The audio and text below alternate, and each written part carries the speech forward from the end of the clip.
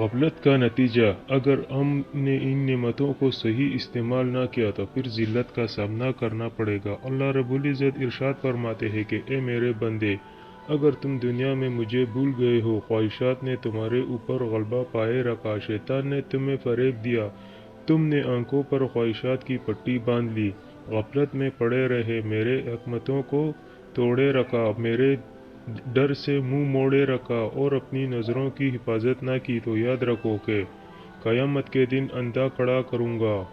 पूछेगा, ए परवरदिगार, मुझे अंधा क्यों खड़ा किया? तू दुनिया में आंखों वाला था। कहा जाएगा, ऐसा ही है, मगर तुम्हारे पास हमारी निशानियाँ आई, तुमने इनको बुला दिया, ऐसे ही आज तुझे भी बुला दिया जाएगा। दुनिया में मेरी परवाह नहीं की, आज मैं भी तेरी परवाह नहीं करूँगा। चुनांचे फरिश्तों को हुक्म दिया जाएगा कि मेरे इस बंदे को धक्के दे देकर जहन्नम में उल्टा फेंक दिया जाए। कुरान करीम गवाही दे रहा है, फरिश्ते आएंगे और जिस तरह किसी को जलील करके धक्के दे दे कर ले जाया जाता है, इसी तरह इस बंदे को धक्के दे कर जहन्नम में फेंक दिया जाएगा। मेरे दोस्तों, ये जवानी हमेशा रहने के लिए नहीं आती है, ये आजमाइश बनकर आती है। नेक लोग इसमें अपने परवरदिगार को राज़ी कर लेते हैं और गफलत में पड़े रहने वाले अपने नामे अमाल में सियाह भर लेते हैं, वो जानवरों से भी बदतर हो जाते हैं। याद रखिए कि करीब क़यामत में ऐसे लोग होंगे जो परिंदों की तरह कमज़ोर दिल होंगे, मगर दरिंदों की सी हकल के मालिक होंगे।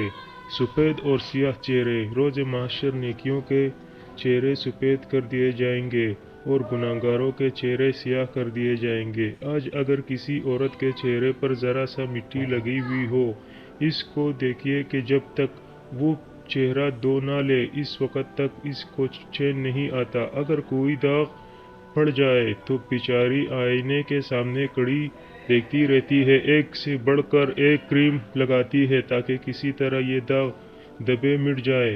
ए बहन, जिस चेहरे को मखलूक ने देखना है, तुझे इसकी सफाई की इतनी फिक्र है, और जब तेरे दिल के चेहरे को क़यामत के दिन देखा जाएगा, इसकी तुझे परवाह ही नहीं है।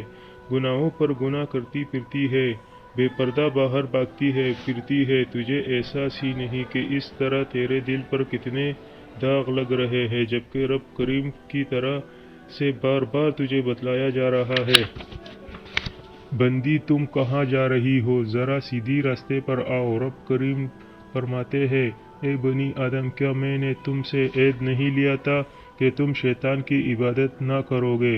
वो तुम्हारा ज़ाहिर बज़ाहिर दुश्मन है और मेरी इबादत करना यही सीधा रास्ता है।